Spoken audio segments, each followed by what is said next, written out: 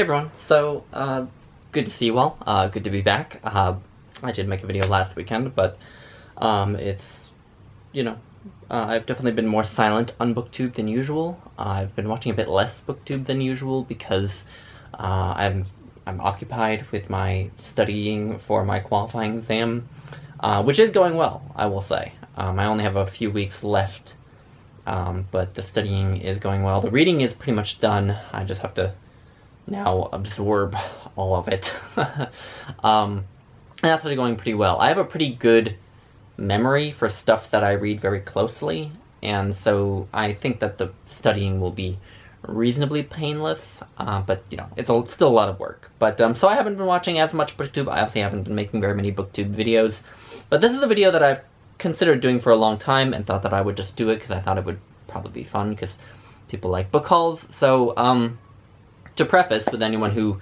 might be new or not remember, I am participating in a year of reading one's own, which is sort of a project put together by my friends Kelly and Jason from Books I'm Not Reading and Old Blues Chapter and Verse, respectively, which is a project where you don't buy any books in the year of 2020, and on top of that, try to focus on reading from your own shelves, or at least that's a part of what they're doing, and it's also a part of what I'm doing.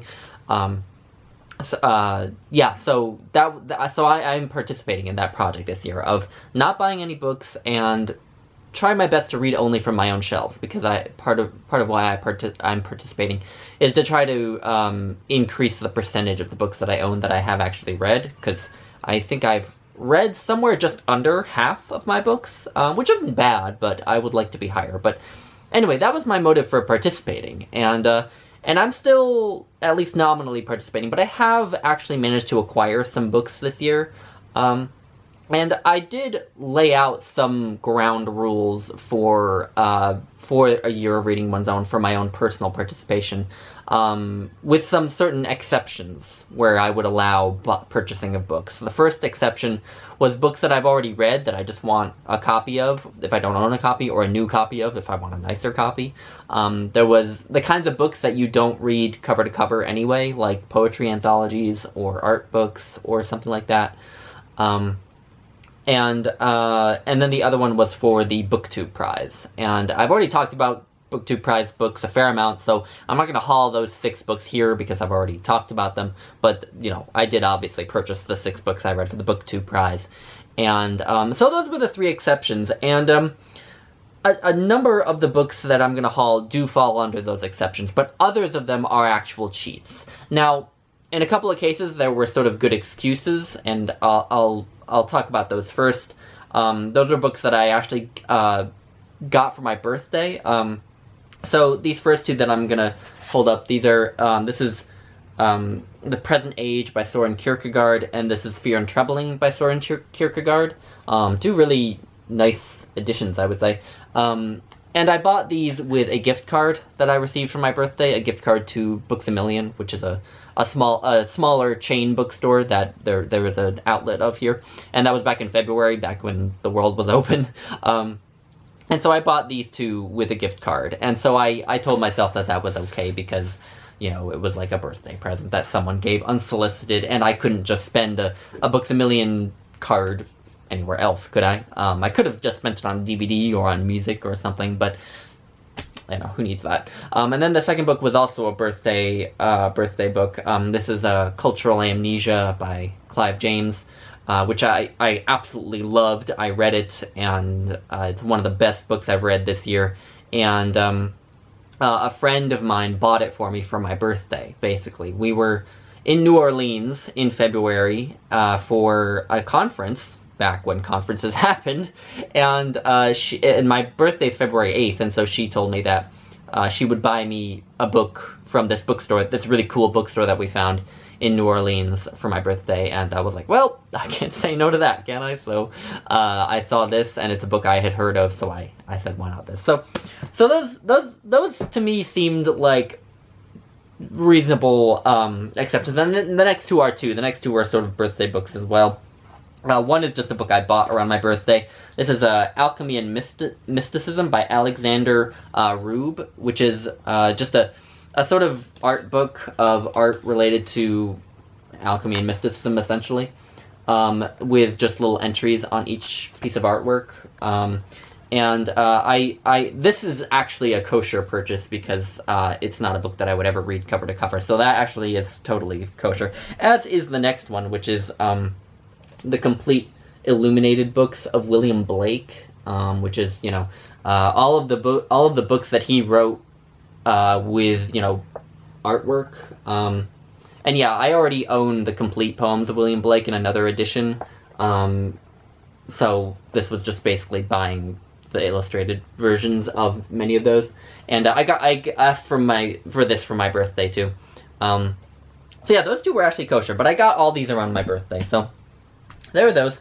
The next one is a book that was actually sent to me without my asking, but it was very, very generous. I do a lot of buddy reads with Patrice Jones, who is a commenter whom many of you will know, I'm sure. But she and I have now buddy read, I think, 2 books about Abraham Lincoln and 1 book about Native American history, and we both, in the midst of our buddy read about our buddy read of A Team of Rivals by Doris Kearns Goodwin, we discussed how interested we were in John Brown, that sort of figure around who became to prominence around just before the Civil War as a kind of radical violent abolitionist. And we both expressed interest in him and expressed interest in buddy reading something about him. So Patrice just sent me this, which is John Brown, Abolitionist, the man who killed slavery, sparked the Civil War, and seeded civil rights, by David S. Reynolds. Yeah, it's not the biggest biography I've ever seen. It's not quite 500 pages, I think. It's just barely over 500 pages. But yeah, so Patrice and I will buddy read this at some point or another, and that will be a lot of fun because we have great time buddy reading. We have great discussions and everything, and I actually find myself hungering for American history at the moment for some reason. So I don't know. I might anyway, but whatever. Anyway, that's John Brown, and then the next few are books that I have already read, at least in part, so I bought them. First one is one I have read. It's The Adventures of Huckleberry Finn by Mark Twain, which I had to read in high school for AP, for Honors English, Honors American Literature, and I really enjoyed it. I really, really liked it, but I haven't read it in so long, so we'll see when I get around to rereading it, but it is a really nice copy. I think it's a Barnes & Noble Classics edition, and it has, like, deckled edges as well, so yeah, nice edition. And then next one is also just a nice hardcover edition of a book that I love. This is Gilead by Marilynne Robinson, which I have read and love. I need to reread it, but yeah. And I just found this nice hardcover edition, and I can, next time I reread Gilead, I will read it in this edition, and then I'll retire the paperback version that I have, because this is just lovely. And then the last of those volumes is the one that's kind of a stretch and also kind of a cheat. This is 3 plays by Thornton Wilder, and the 3 plays are Our Town, The Skin of Our Teeth, and The Matchmaker. And I justified this by the fact that I had read Our Town also in high school, and so I told myself, well, you've read one of the 3 plays, you can just count it, and, I was making excuses for myself, but that's what happens when you walk into a Goodwill and the books are, $1. But yeah, so Thornton Wilder, definitely a playwright I want to explore more, and yeah, a good place to start, I would say. Okay, the next 2 are a bit of a weird case. So these next 2 books were actually sent to me by a publisher, which is the first time that's happened, although, so basically what happened is I sent a tweet out. I am on Twitter, as I think I've mentioned, but for those of you new, I am on Twitter now. So I sent out a tweet on Twitter asking about Czech female writers who had been translated into English. And the pickings are quite sparse. Not that many Czech women have been translated into English, although a good number of male Czech authors have been translated into English. And I also want to read a lot of those authors, but I was looking around for books by Czech women that have been translated, and I was having a hard time. I found a couple, but not much more. But this guy from Yantar Publishing, who are a publishing house based in, I believe, London, who publish primarily writers from Central Europe, just saw the tweet. The tweet kind of got retweeted by the official Twitter page of Women in Translation Month and everything. And this guy saw my tweet and offered to send me books. And he sent me these two, which are 3 Plastic Rooms by Petra Hulova. And this is A Kingdom of Souls, Prague, City of Torment, A Kingdom of Souls by Daniela Hodrova. And really kind of interesting covers. But yeah, this is a novel. I believe it's a novel, although it's a little bit unclear based on the description whether it's a novel or a memoir of some sort. But it's about Prague, which is my favorite city. And then this one is about, I believe, a prostitute who writes also for a reality television show. So a bit different, but yeah. So I might consider reading these for Women in Translation Month, which is coming up. And that would be relatively easy given my situation, that because they're both short, so it wouldn't matter given my studying that is ongoing. But yeah, so the next few books are books that I ordered not too long ago. There was a lot about sort of supporting black-owned bookstores and such, and I thought that I would order a couple of books from black-owned bookstores. There's one in Chicago that I ordered from that I believe is called Semicolon. And I'll leave a link to that one. And then I ordered a book from a Native American-owned bookstore from Minneapolis called Birch Bark Books, which I also got a bookmark from. But anyway, so the books are the Autobiography of Malcolm X, as told to Alex Haley, which I read a few years ago now and really, really liked. It's just a really interesting, gripping reading. It's just a great sort of a history of the civil rights movement, but also just a great sort of intellectual biography, I feel like, of Malcolm X. And one of the things that I loved about it was how it's incredibly bookish. Like, his whole time in prison, basically, he just spent reading. And that was a huge sort of awakening for him, and I kind of love that he found his awakening through reading. And but it's something I kind of need to reread too. And then I got the Oxford Anthology of African American Poetry, edited by Arnold Rampersad. Anyway, there's the Anthology of African American Poetry, which is a gap in my reading, which I have acknowledged for a long time. So it's not, I didn't just buy that because of what was going on at the moment. I actually I have been wanting to read more African American poetry and literature for a long time. And then the last book, the book I ordered from Birch Bark Books, was New Poets of Native Nations by Heid E. Erdrich, edited by Heid Erdrich. And Heid Erdrich is herself an Ojibwe author, a scholar and poet in her own right. But this is an anthology, which I actually have already read. I read all the way through it. It's an anthology of Native American, well, not just Native American, but Native poets of nations who are in the United States, but aren't white. So, like, for example, there are Native Americans, there are Ojibwe authors, Lakota authors, Anishinaabe, etc. But then there are also, like, there's an author from Guam, and so on and so forth. So it's not just Native Americans, it's also authors from other U.S. territories who are natives to those places like Guam and American Samoa and these other places. So, it was a really good anthology. Really some interesting poets who I would like to explore more of. Alright, and then the last set is just some more books that I came across at the Goodwill. As places started to reopen, I started to go back there. It's sort of an old ritual of going to the Goodwill on a weekly basis to see if they have any hidden any gems in their stock, because the Goodwill near me always has a weirdly great selection. I don't know, they always get the most interesting donations. I like to think that's because this is a college town, so like college students will do their reading for their classes and then donate them, but I'm not really sure. But the gold prize that I found recently was just a great find. This is a book that I have read, so it technically isn't a cheat, but it's Moby-Dick by Herman Melville, which I obviously love, and it's a modern library edition with nice copper spines. I'll rip that off eventually, but yeah, just a really nice copy. I love that cover. I love the spine. It is a little worn, but I don't really care.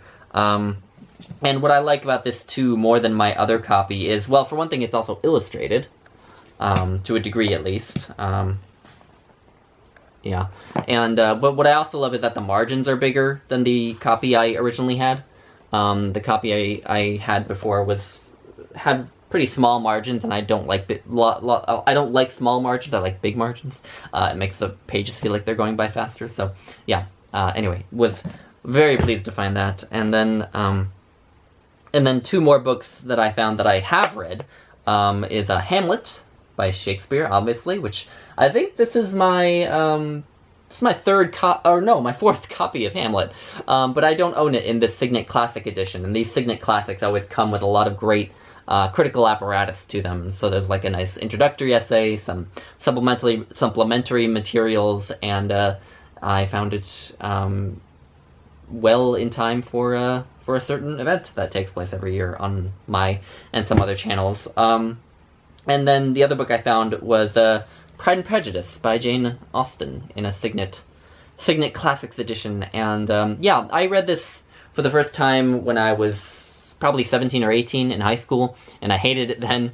But for a long time, I've thought that I really need to go back to it and see whether I will like it. And I actually just started to reread it just today. So we'll see how that goes.